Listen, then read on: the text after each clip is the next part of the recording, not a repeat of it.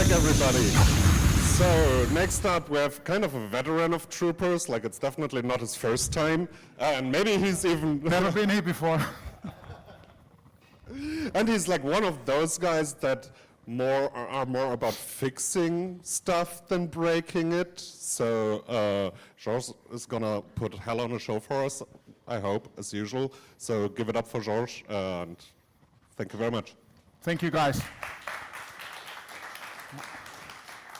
Good afternoon. Welcome, everyone, for my session about managed service accounts and all the stuff around it.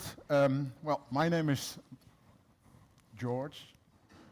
My name is George de Almeida Pinto. I'm working for Ceperis as a senior incident response lead.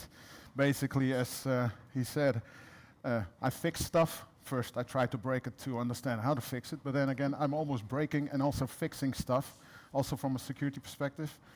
Working with identity security and recovery for many, many years. Yeah, that's basically it. Let's keep it short because I've got too many slides. And I made a decision of not removing them, but keep the interesting stuff, let's say, within the session, and the rest you can keep to look at home at.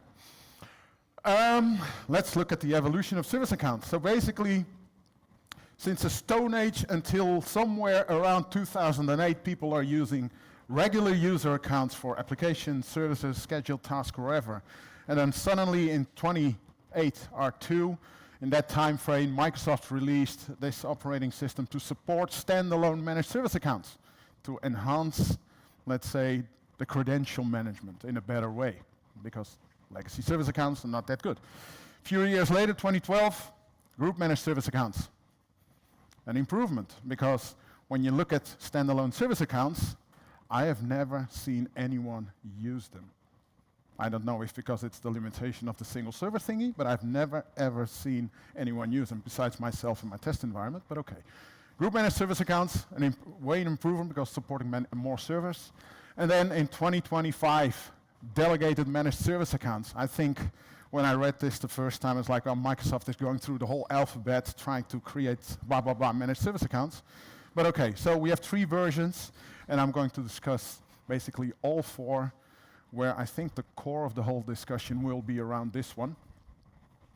So, the legacy service accounts, they are used all over the place.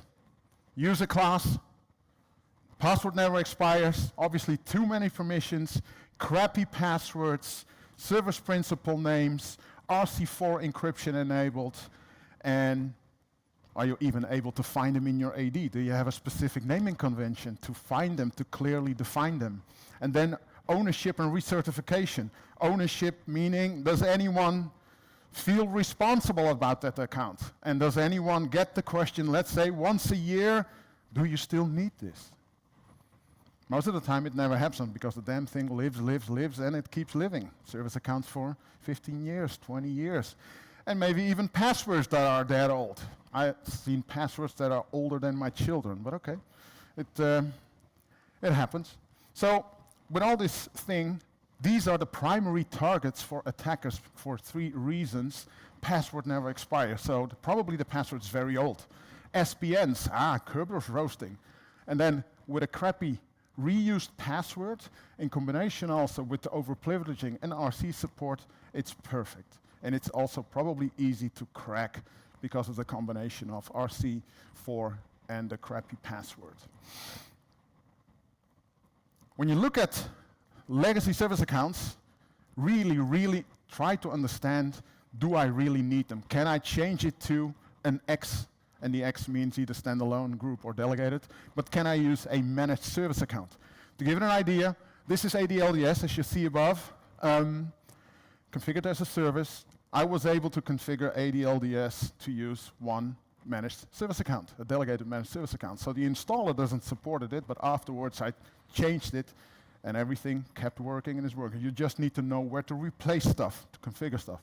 Is it supported by Microsoft? I don't even know. But the installer does not support it. Afterwards, changing the service account does work. So, well, these are all the usual stuff. You can read at home. Because I want to move on to the other stuff. In other words, take care of your service accounts if you really need to use the legacy ones. So finding them. It's one of the bigger problems because if you started wrong from the beginning, in terms of your definition, your naming convention, treating it as an identity within your identity management system so that you can recognize them, then you can easily find it. If you started off wrong, you will have a hard time finding those things in Active Directory. What is a service account? Because it's most of the times just an object class of user combined with all kinds of other things. So how do you distinguish one from the other? Or maybe even a computer, if you're using, for example, key tabs. First is finding an ID. The second one, where are they being used? So the way to, let's say, when trying to find them in ID, there's nothing that will tell you this is a service account. All kinds of combinations of information will give you a best effort. Finding where they are being used, well, push all your events to a SIEM solution so that you can find which servers are using which service accounts, unless you obviously know where they are being used, or you just check services, schedule tasks, and all that stuff for applications to understand which accounts are being used. That is a way of finding and discovering them. So, but what are then the main benefits of using a managed service account? Well, the core benefit is improved, better, and enhanced credential management. Think about the rotation of the passwords. That is the real improvement. Are there better protections for the password? No, but they're different.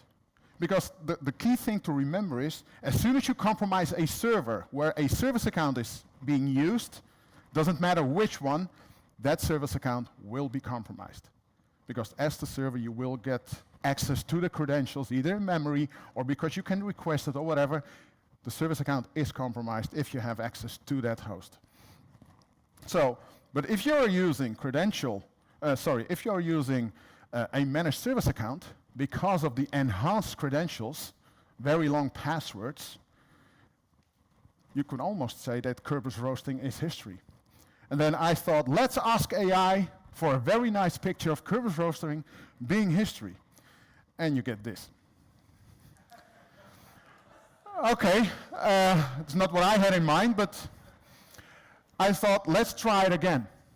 I just added an exclamation mark. Maybe it changes. And then it gave me this. Well, at least the emotion around Kerberos roasting being history or difficult is correct, but okay, this is what happens. Even having better credential management, it still means you need to take care of your managed service accounts. Clear definitions, ownerships, recertifications, least privilege. Don't over-permission those things as, because somebody says you can add it to the main admins, let's do it. No, research what the minimum requirement is. But also, as I mentioned earlier, if you compromise the host, you compromise the service account. Doesn't matter which one. So make sure those hosts running whatever service account you're using are protected, because as you know with, for example, group or delegated, if you have control of the host, you can request a password and it's game over. Standalone managed service accounts. The very first one. It's basically linked to one single computer. You cannot share it between computers.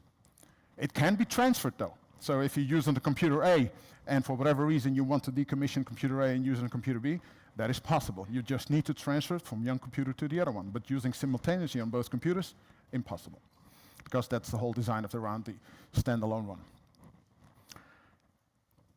The initial password, I had a talk with Michael Grafnetter about what does install AD managed service account do. With standalone managed service accounts, as soon as you run install AD managed service account, it resets the password. It does all kinds of things. It makes sure that the password is installed locally on that server, and that's how it works. The standalone one follows the logic and the behavior of the local computer. Exactly. The lifetime is 30 days. The whole change of the password, how it's rotated, everything is based on the logic and the behavior of the computer. It doesn't need to be the same timeline, meaning that if the computer changes it, standalone service account changes it. No, it might be different, but it's exactly the same behavior. So when you look at these policy settings,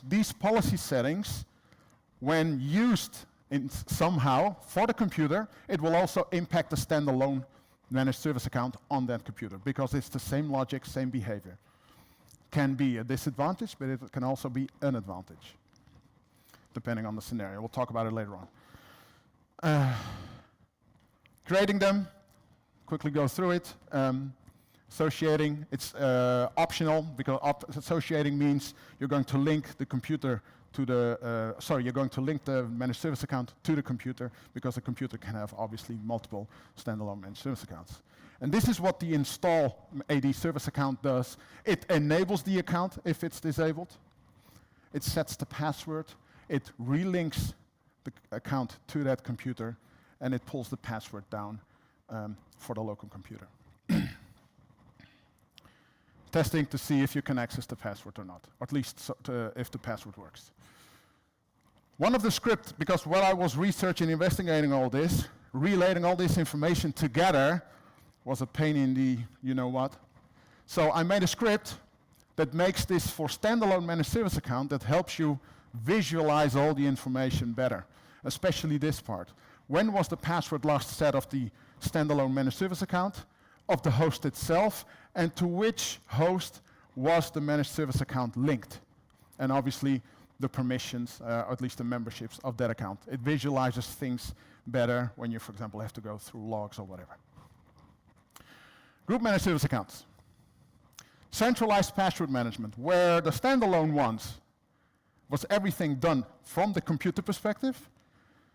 The group managed service accounts have centralized password management. They use, therefore, a so-called KDS root key, managed by Active Directory. By default, that key doesn't exist. You have to install at least one, be a little bit patient, and then you can use it. The few important things about the KDS root key are the key AD, because that's what the managed service accounts, the group managed service account, will reference to understand which key am I using. And also the start time, obviously, because creation is important, but start time is when can I use it? Because as you maybe understand from the documentation, by default, if you just specify create the key, you cannot use the key immediately because it has to wait until, and that's the whole reason behind it, until it has replicated throughout the environment. And if I'm not mistaken, the default is 10 hours, so you have to wait at least. And I think there's even a little bit more because there's an option for effective time or effective now something, and also 10 hours back. And if you use the effective now, it still waits. That's what I have remember from one of the things that I had. Important to remember is, if you have one key, that's fine, but let's say that you introduce an additional key. You have to make sure that you obviously create the key, that you can use it, and then in my experience was, don't wait for it if you want to use it immediately, because there might be a reason. Force replication throughout the whole enterprise, so that it replicates throughout the thing. And then restart the key distribution service, because that's the service that will, in the end, look at the key, cache it, and make it usable. And you can only use it when the start time is in the past, because otherwise it won't work. Especially this procedure, I'll explain it a little bit more high level, in the end is very delicate, because if you do it too fast or you do it correctly, the accounts will still use the old key. So that's why I'm saying it's delicate. I will explain a little bit more later. And obviously you can share them between multiple computers or only one, because it depends on how you configure. You can say only this one computer can get that password, period. Same as the standalone ones with more flexibility. The managed password interval. By default, when you create a group managed service account and a delegate service account, same story, the default is 30 days. If you don't specify anything, it's 30 days. From my experience, the 30 days are too long. Why? Think about, and I'm already talking ahead a little bit, think about if you have the scenario, I need to perform a full password reset now. Won't work. 30 days is just too long. And you cannot force a password reset. It is impossible. We'll explain later more about this. So Existing GMSAs probably have the 30 days, and you cannot change them. Well, you can change them. You just need to know how. I'm also not going to tell you how you can change them because it will break stuff. Why? I've tried this in my test environment. I changed it. And although everything worked, the rotation, especially the whole rotation of the password using the new keys, it broke. I need to investigate more, but to see why, just for the understanding, but don't do it. It's not even possible. You need to know how to do it. But one of the things that I do want to tell you is, or at least suggest, when you create new GMSAs or DMSAs, think about the interval. Don't use the default 30. Use it as low as possible. Now is the next question, how low? It depends on your application. Your application end-to-end. Because if keys can be used by the, GMSAs while they're not there or whatever, things will break. So where's the balance? So one of the ways to do so is I have a script that can check for replication convergency, and then it basically creates an object in your AD. You can choose the naming context, think about the configuration naming context, creates the object, and then the object replicates throughout the naming context. In this case, it would be the configuration one. And then you just wait until the thing has finished, and then it reports telling you it took this long to replicate end-to-end. Obviously, replication can have many paths, tested multiple ways, but then in the end, you will have an idea how long it takes to replicate an object. So this will help you. The managed password ID and the previous the password previous ID on GMSA is basically a reference to the previous key it was using and the current key it is using. It can be the same, it might be different if you have implemented a new one. And it's also used in the whole calculation of the password. The managed password, that's an interesting one. So the managed password is a constructed attribute. It contains information on how to calculate the attribute. It is not the attribute, sorry, the password itself. It uses the KDS root key based on those IDs that I just mentioned, the regular ID and also the previous ID. It uses the account metadata. If I'm not mistaken, it's the creation time, and here it comes. The interval, so if you fool around with the interval, you basically break the whole generation of the password. And then it calculates the password. When does it calculate the password? Obviously, at creation, but also when somebody requests the password. When somebody requests the password and it has expired, the domain controller will see, oh, it has expired. I will regenerate a new password based on the most current KDS root key, because that's the logic, the most current KDS root key, and we'll give the password to the server. The server will authenticate, but authenticate against what? At the same time, when the domain controller changes the password, it will also write still the credentials to the secrets attributes in AD, Unicode, supplemental credentials, all that stuff. So that's how it works. As I mentioned, forcing a password reset, it's just not possible. Cannot be done. And one of the things that is also one of its weaknesses, you can basically perform an LDAP query against AD, and if you have the permissions to retrieve the password, LD will happily give you, not the clear text, but it will give you the calculation of that password. And then with DS internal stuff, thank you, Michael, you can decode it to a hash and then move on from there. Read-only domain controllers don't have the key material. Therefore, because they don't have the key material, they cannot calculate the password. As you can see the difference between a writable one and a read-only one. And as you can see, the writable ones have the key materials and the RDC doesn't. So it will always have to go through a writable one. Oh, sorry. And the last one, the group MSA membership is basically an attribute that it's not really an attribute, it's a DACL. Basically saying security principle, whatever, most of the times it's either a group or a computer, and if an attacker is happy, also a user, that is allowed to retrieve that password. That's defined. So it's not it's an attribute, but it's not really a clear text thing, it's a DACL. Most of the time, groups are used because that's easier to manage than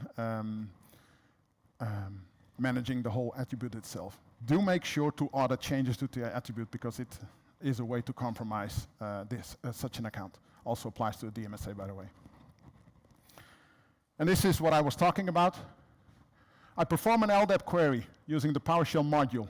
As you can see, using that piece of code, I get the managed password, the third from above, managed password. If you see that attribute, that means I'm allowed to get it, so I got it from the domain controller. Then using DS internals, I can calculate the hashes, the current and the previous one. And then if I use, again, DS internals, but then the get AD REPL account, I'm basically asking for the credentials and the key material from that account. And you see, it matches. Okay. And then I was discussing with Michael because I had this question for many, many, many years, and he also had the same question. I think many of you also have the same question. What does install AD service account do for group managed service account? In my opinion, because Michael and I were debating on this one, nothing. Feel free to speak up.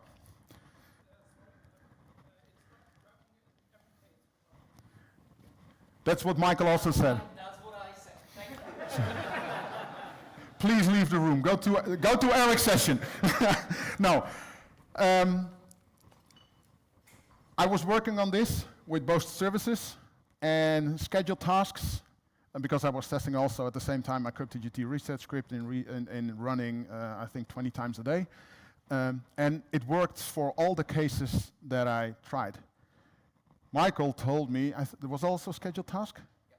So Sometimes works, sometimes doesn't. okay, I think it's luck. What was your scenario?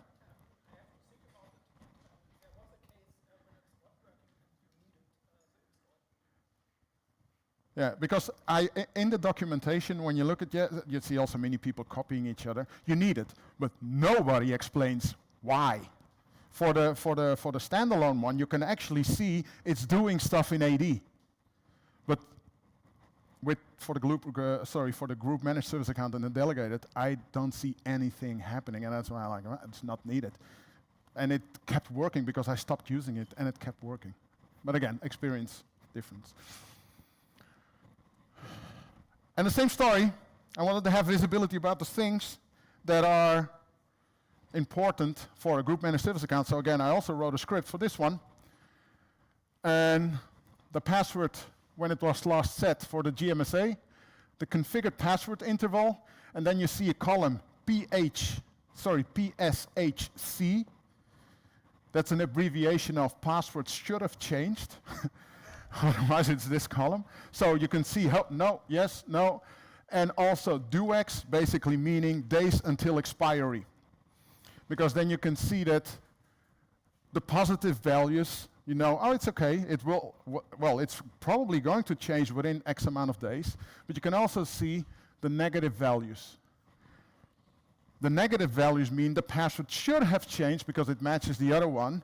In this case, I think it's 700 whatever days ago. That basically tells me this GMSA is not being used, or something is broken, because the password should have changed. If you request a password in a regular way, that is a positive value, and not negative. So this is, something is wrong. I also specify which key is being used, when the key was created,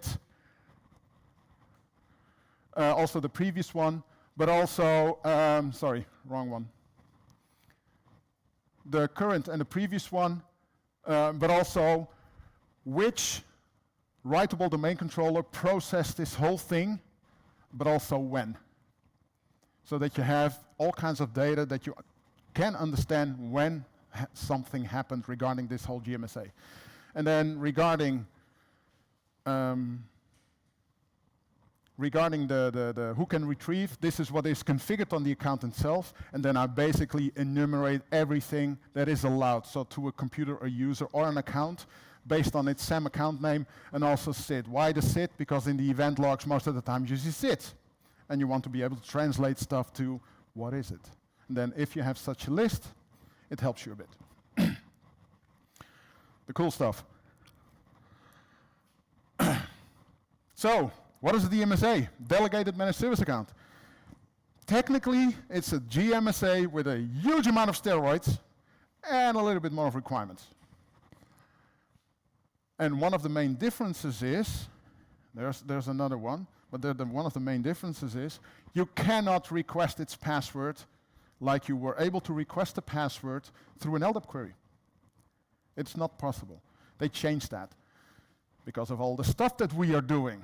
Everybody's breaking stuff continuously. So they changed it to the account that has permissions to get the password needs to use its TGT to request a TGS, and then it will work. Doesn't mean it's foolproof, but we can still have fun with that part, doesn't matter. But that's the part that they changed. And another important difference is where a GMSA has a local copy cached of the password, the DMSA does not. One of the things that, for example, in incident response that I did is, for example, preventing GMSAs changing password. I wanted to create a stable environment, no changes, because I wanted to have a running AD, for whatever reason compromised. I wanted to have a backup, move to an isolated environment, fix, secure, and then you have two parallel environments. So the original one needs to be as stable as possible. What are the things that keep changing even if you don't do anything? Passwords, because of time. So one of the things that I did was set deny ACEs on the KDS root keys so that the domain controllers don't see them. They are not able to recalculate the password, but the server, because it has a local cache of the password, is still able to authenticate, and it works. DMSAs, however, the whole damn thing breaks because it's not able to get the password. There is no local copy.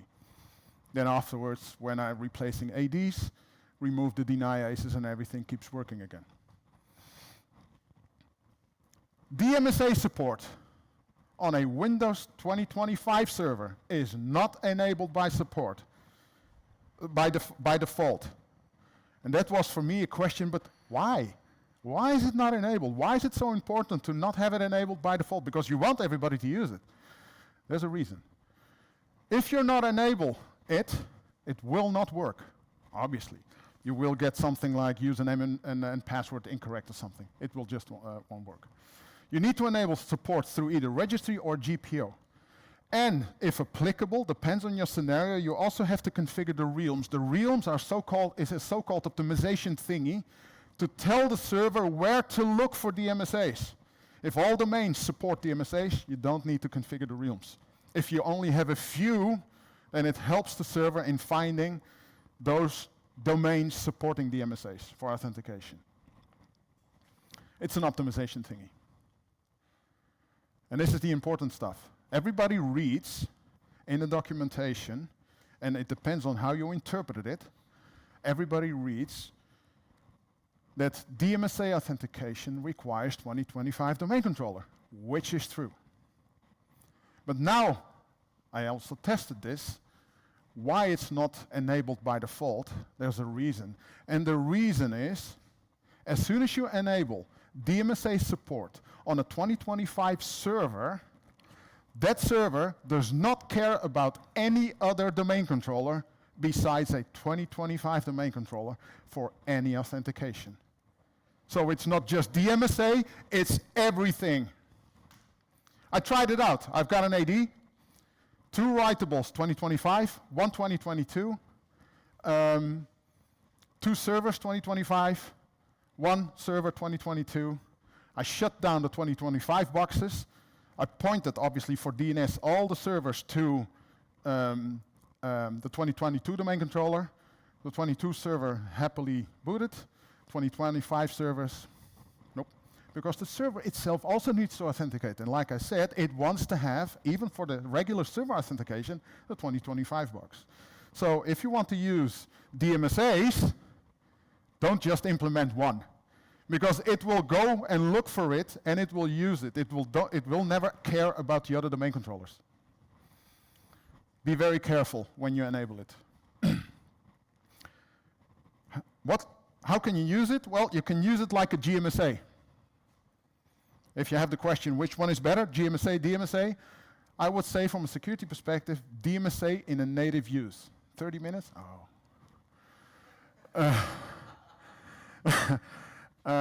in its native use, because the main difference is the local server doesn't have the cached password. But then again, if you're on the server, you can still get it. But again, it's a difference. It's an improvement. But the core scenario is migration of a service account, a so-called legacy service account, to a DMSA. And again, I had a debate with Michael. He's a pain today. No, it was a good discussion. Although it works, I tested it out and the whole migration thing, it works. But he had one scenario where the migration didn't work. Well, the migration worked, but it still had issues. And I tested SQL. He tested ADFS. And the reason that ADFS in this case failed, please correct me if I'm wrong, is because within the database of ADFS, there's a reference to the service account. And that's why it fails. So if you migrate away, if I'm not mistaken, you have to go within the database and change that reference to the DMSA, which is a bit weird because the whole idea was to basically move away from a legacy one to the DMSA and not impact the service. So when I was talking about this during lunch with Michael, my thought was, okay, so if there's any service application, whatever, referencing that legacy account somehow, not from an authorization perspective, but just from an, I don't know, registration or whatever perspective, it could break. Make sure to test it. One of the things that I also found, and I'm talking about the native use of a DMSA, not the migration part, the native use. I was able to use it in services, application pools, but not in scheduled tasks. I could not get it to work. Don't ask why, it didn't work. And looking at everything that has happened, let's say until today, my opinion is DMSA creation and management is a tier 0 task based on the capabilities of the, well, bad successor, which I will also talk about. The inner guts. The DMSA has 3 states. If you don't do anything, it's the state 0, unused. You're not using it. If you want to use it in a native way, you have to specify 3 during creation. And if you are going to migrate from a legacy service account to a DMSA, you first start the migration, which means value 1, and then at some point in time you complete the migration and it becomes state 2. The same happens with the state of the legacy service account. Obviously, empty means it's not, it has not been migrated, and it obviously only knows about the migration start and migration. The state of these 2 follow each other, except obviously for this one. And one of the things that I also have seen, and it's also common knowledge, is that the DMSA points to the legacy service account and the other way around, both through a forward link but also to a backlink in multiple ways. Asked myself why, because one was enough, but okay, it's fine that they point to each other, but in multiple ways. And one of the things that I noticed, if your legacy service account is, for example, member of domain admins, don't ask why, but if it is member of domain admins, because it's member of domain admins, when admin as the holder runs, that service account will get the property admin count is 1. Inheritance will be disabled, and there was a third thing that I can't remember. So, which is important, because it then becomes protect. Oh, and the third one is the permissions are inherited from admin as the holder. Basically, to protect that legacy service account. But if you have linked the account, the DMSA, and a service and a legacy service account with each other, and the legacy service account is a protected account because of the membership of the main admins, the DMSA does not get protected.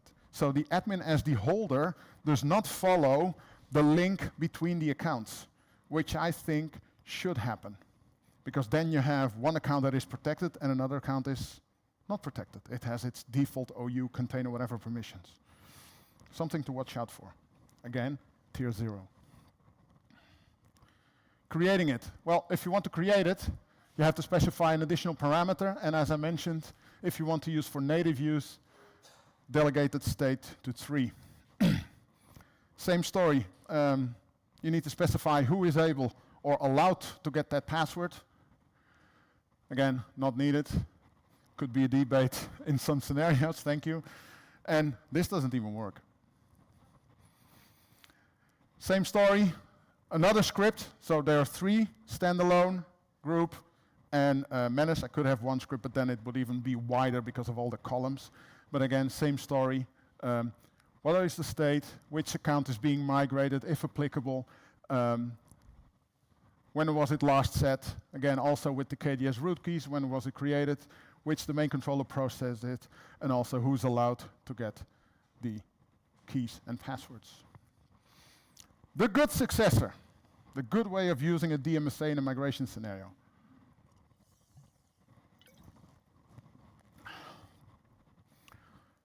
You start the migration using the PowerShell commandlets. At least, that's the whole idea.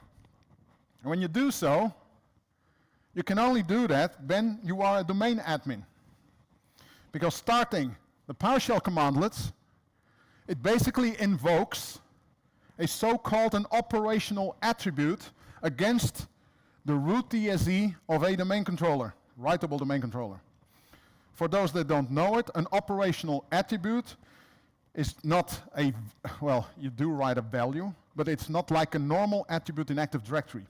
It's basically a task for the domain controller to accomplish. So in this case, I'm telling the domain controller, migrate AD service account, specifying, in this case, the distinguished name of the DMSA, distinguished name of the legacy service account, and the value 1, which means perform the actions on these 2 accounts for state 1, meaning start migration.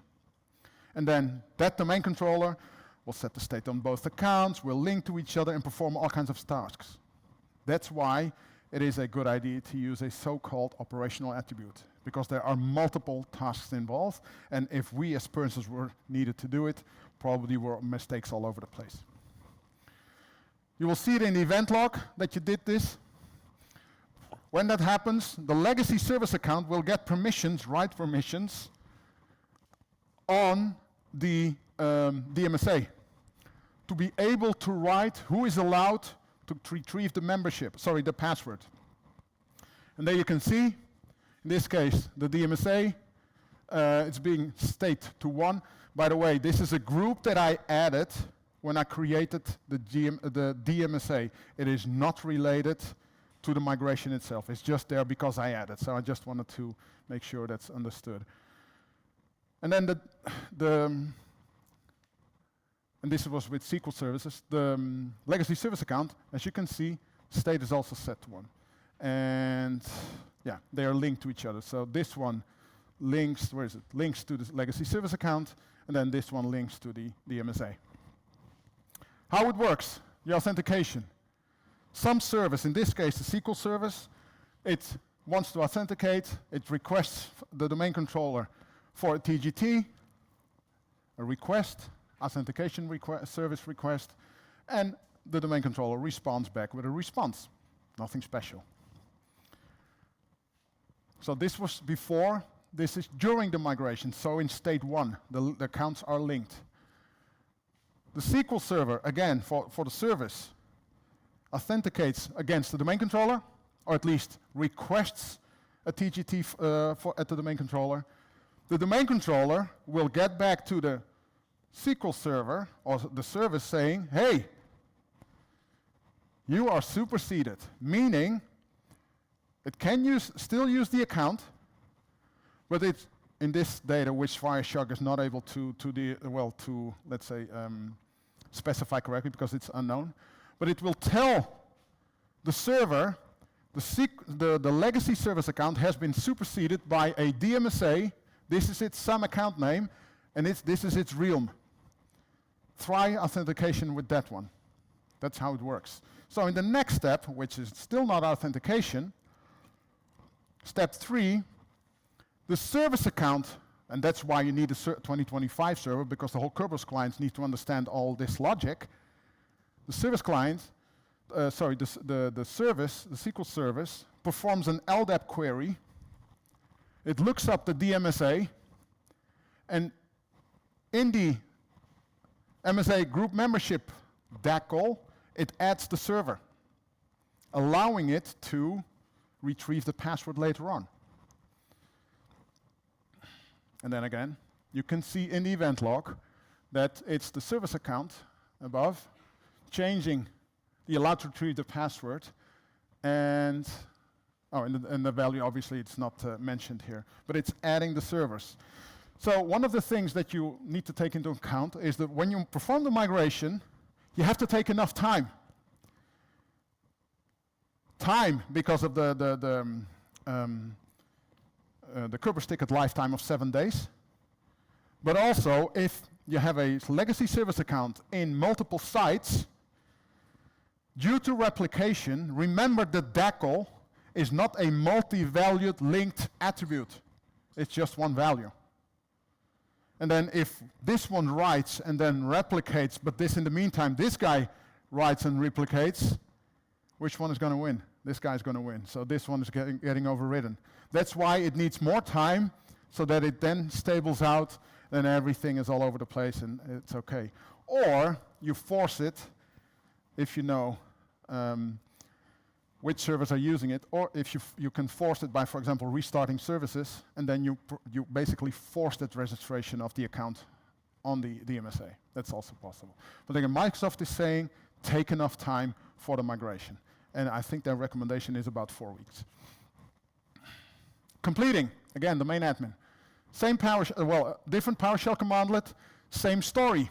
Operational attribute. And the main difference is still the same accounts, but now it's value 2. And it performs all kinds of actions, even more. Obviously, it registers in the event log. It removes the permissions of the legacy service account on the DMSA. And then, looking at the DMSA and the legacy service account, this is what happens. As you can see, during the migration, these two were added because they tried to use the legacy service account, and then that whole process made sure that it registered to allow to retrieve the password. The legacy service account is disabled. Important one. It will all work. Important to understand is, although the account is disabled, you can also change the password as many times as you want. Don't just change it immediately after the migration. Let it just run for a while, and then change it to something very strong. Put it in a password vault. But do not delete it from AD, because deleting it from AD breaks this whole thing. You cannot delete it. And then you can see that the state is changed to 2, and it performs a migration of the configuration. So the SPNs on the service account are moved to the DMSA. And one of the things that remains is that the group memberships of the legacy service account remain on the legacy service account. I had not configured this on my legacy service account, but all this stuff is also moved to the DMSA if applicable. One thing to keep in mind is, if you are using RODCs with allowed and denied to cache lists, if you are using groups, so the service account is a member of that group, it's fine. If the account is on that list specifically, then you have to make that move yourself by adding the DMSA, because the attribute is not a permission thing. You have a question? So when we have the migration state is done, so we will never get a migrated one to the native. No, no. So we have to always to keep Yes, your yes, account as well. yeah, yes. You either migrate or native. How does it work afterwards? After the migration, you can see that SQL Server in this case is still running the service account. It still tries to get a TGT for that service. As you can see, the DMSA is linked to the SQL service account and the other way around, but it's the one is disabled. And in this case, it will try to authenticate. But now the response will be different. And as you can see, client revoked, it basically means account is disabled, which is true. But almost the same things happened. It's a Kerberos error saying, hey, you have been disabled. Instead of using your legacy service account, use this DMSA from this realm. And then the server, in the third action in this case, because during the migration it was written to the allowed to retrieve password list, that server now requests a TGT for itself, but then a TGS for this DMSA. So using its TGT, it requests a TGS for the DMSA. It responds back, the domain controller responds back with a merged pack. So look, this is the group of the legacy service account. 13.6.13. It was not moved to the DMSA. But when you look at the pack, this one is for the DMSA, which is, by the way, the DMSA was not a member of the thing. It only had its primary group ID, which is 515, so that's why you see it here. And the legacy service account, which has a PAG of 513, and there is its group, and this is the legacy service account itself. So it gets a merged pack. And because of that, it inherits all the user rights, all the permissions, all the access that the legacy service account had. It also does something in addition. Same story, Wireshark was not able to tell what it is, but again, it extracts the password from the legacy service account, the most recent one, from AD, or the hash, or the keys, depending on which supported encryption types the account supports, and adds it to a special section so that the TGT also contains the hashes for specific encryption types of the legacy service account. Now you might ask yourself, why is that needed? The reason that it's needed is because during the migration you might have received a TGS. During the migration you might have received a TGS from the domain controller while the service is still running the legacy service account. Think about SPNs, who is encrypted, what, etc. And suddenly you complete the migration, the SPNs are moved to the DMSA, which is then encrypting the whole stuff, and when you present your ticket, it's encrypted with the legacy service account. And if you don't copy over the hashes of the legacy service account into the TGT of the DMSA, it will never be able to decrypt it. So that's why this is happening. This is, from what I understand and thinking about it, it's just for the migration only, because afterwards it's not needed anymore. But then again, you can also not disable it. It's just there forever. This happens every single time when you change the password of the service account. Sorry, when you request a TGT for the legacy service account, it gets the hash and it populates it. So that's why changing is not a problem. The only way to get rid of the old account is create a new one and change No, in you don't get rid of the old account, because the legacy service account needs to be whatever it is. yeah, as long as the old account is in the service manager populated as an account. So It needs to be an AD. It will be disabled, but you cannot delete it. Deleting breaks this whole mechanism. yeah, but when I want to get rid of the thing, maybe it's okay when there's a screenshot from the SQL server. There's the old account. If you want, you can in the end move this yourself. So, okay, migrating service accounts, okay, I agree on that one. Migrating service account, there's two definitions. You either use the way that I just explained, or you replace the account one with the other.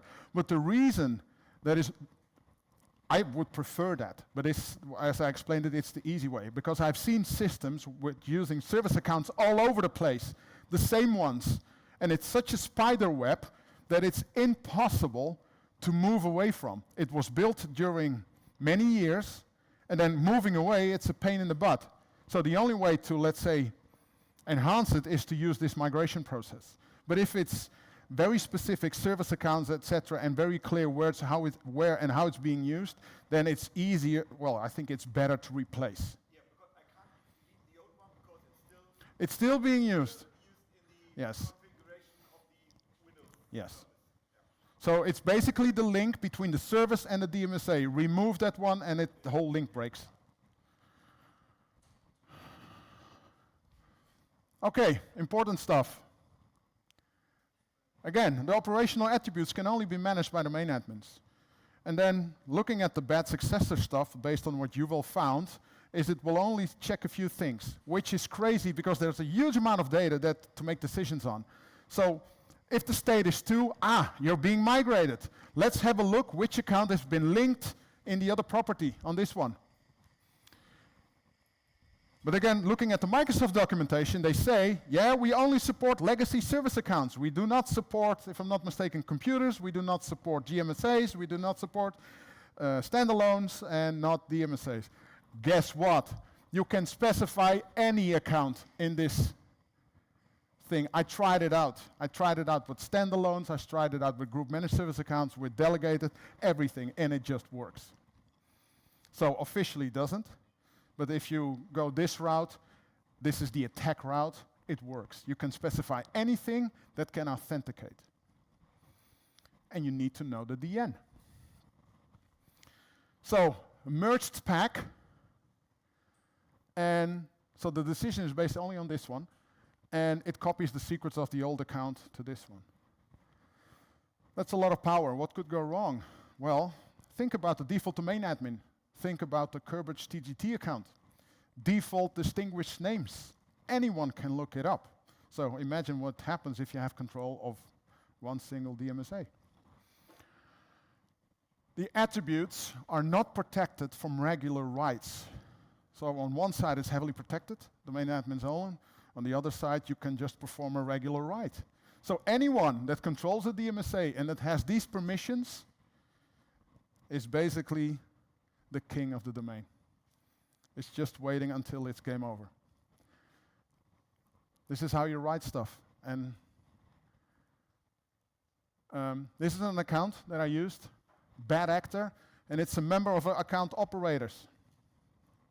As I mentioned, where is it? Whatever, it's later slide. It's member of account operators, not listed here because I constructed this on a server, and it's local admin. And account operators has permissions on every single account in AD. Users, groups, delegate management account, everything. So I'm able to write these properties. I directly set it to 2.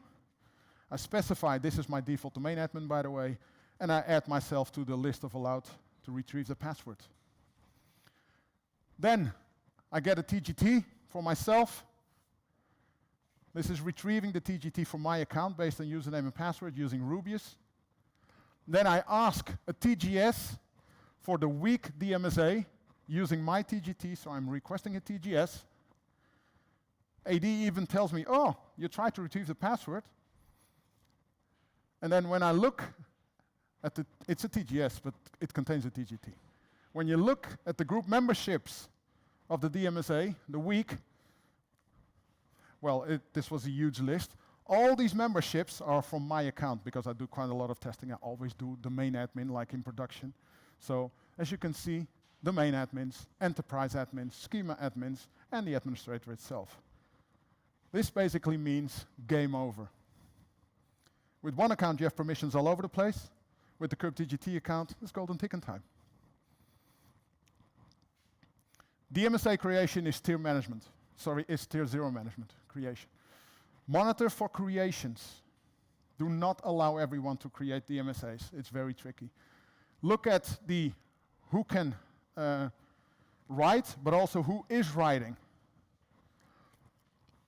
This one tells you a lot.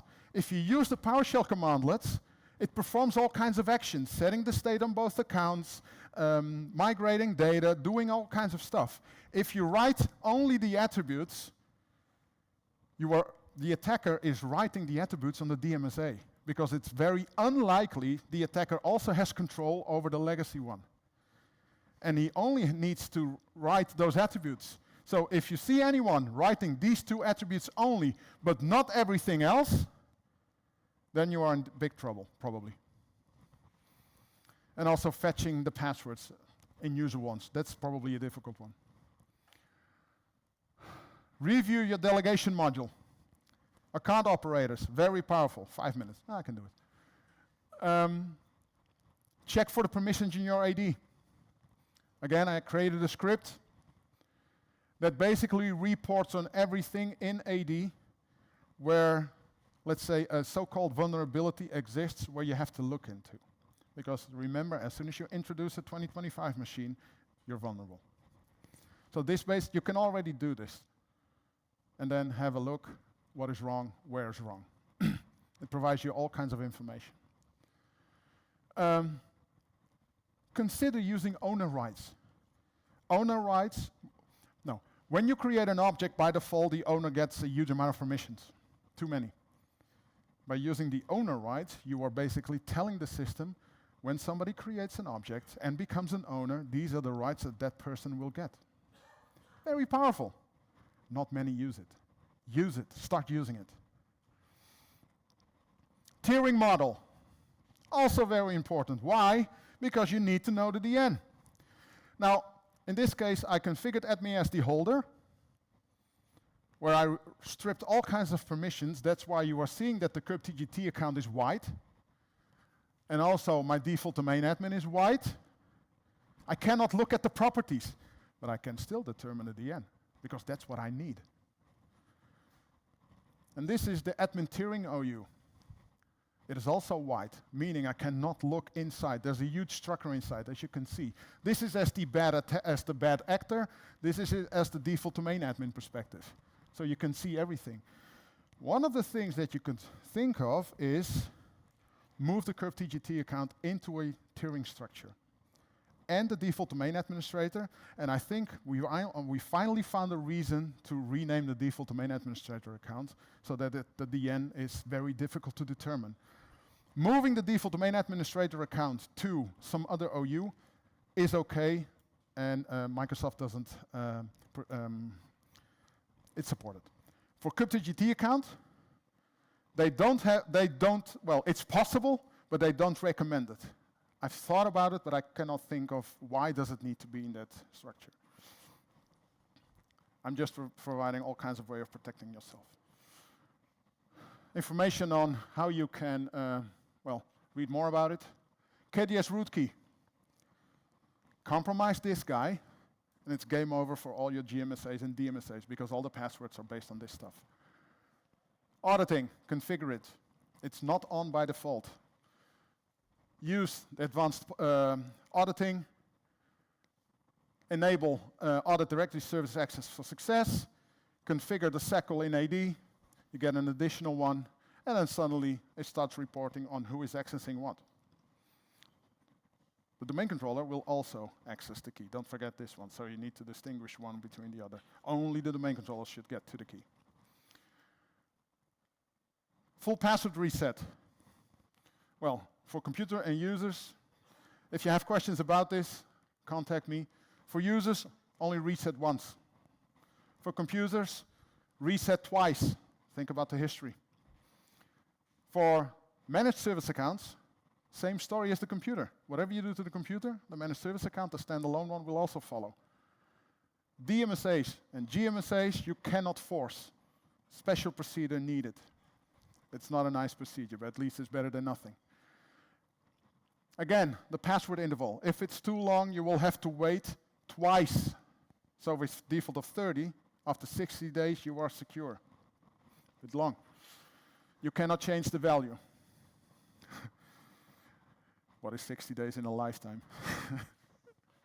So, again, the password will only be refreshed when somebody asks for it, and if it has expired. Now, in this scenario, you implement a new key, you force the replication, make sure it's on all domain controllers, and then restart the KDS service, a key distribution service on all domain controllers, so that it picks up the new key. Now we need to tell, because it's impossible to force the reset, but it's not impossible to fool it. What is the trick?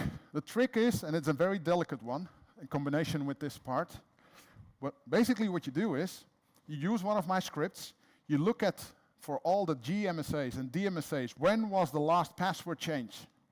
And then you take, let's say, the oldest day, you take the backup, for example, the day before. You restore the domain controller, using a non-authoritative restore. Who would use a non-authoritative restore these days? After the non-authoritative restore, you need to have a list of GMSAs and DMSAs, their distinguished name, and perform an authoritative restore.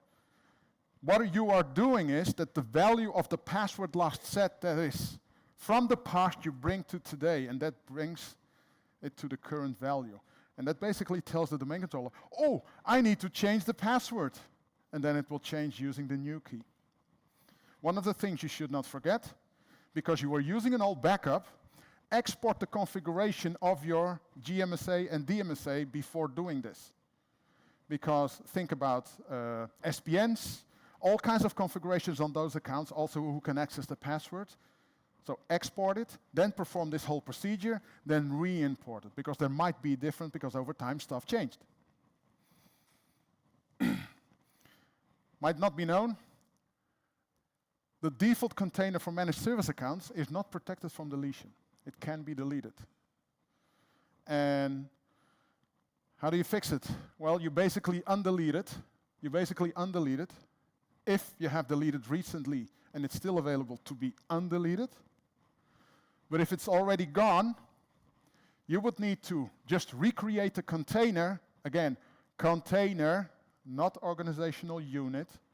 And then you need to fix the other well-known objects attribute on the domain head so that it references that thing. Because it's, that's because of the GUID binding when you search AD. There are applications that search for containers using the GUIDs that's defined in the domain. And if it's pointing to something that it doesn't exist anymore, stuff will break. You can fix it by doing this.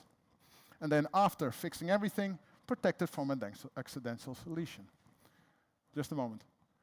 Caching and RDCs using the GUI, not possible, because it doesn't recognize, I know, almost.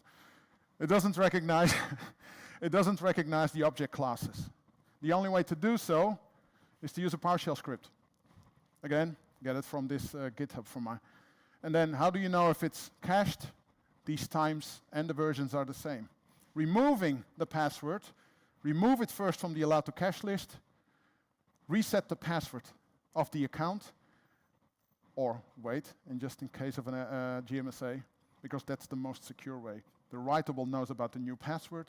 The RDC has the old one, which basically invalidates itself. If you do not want to wait, if you do not want to change the password, then you can tell the domain controller, purge the password. But then again, remember that that password has already been exposed on the domain controller and anyone controlling that RDC.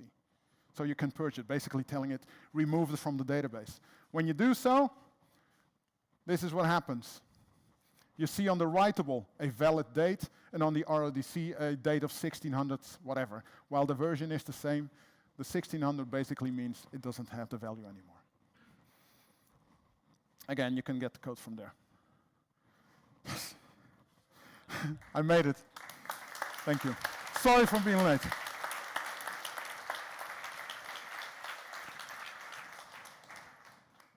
Questions? If there are any.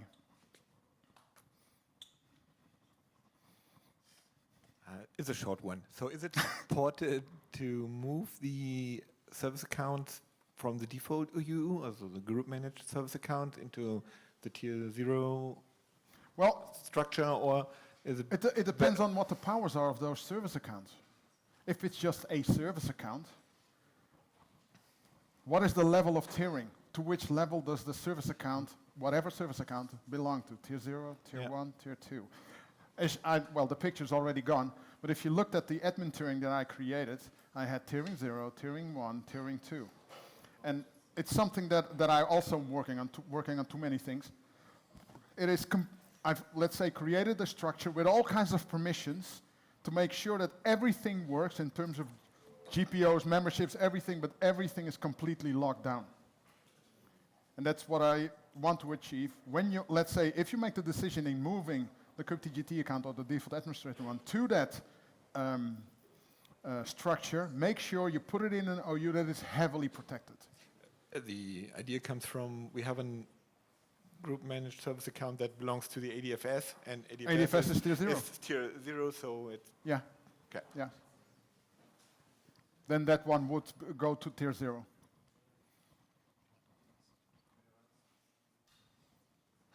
Great. Any more questions?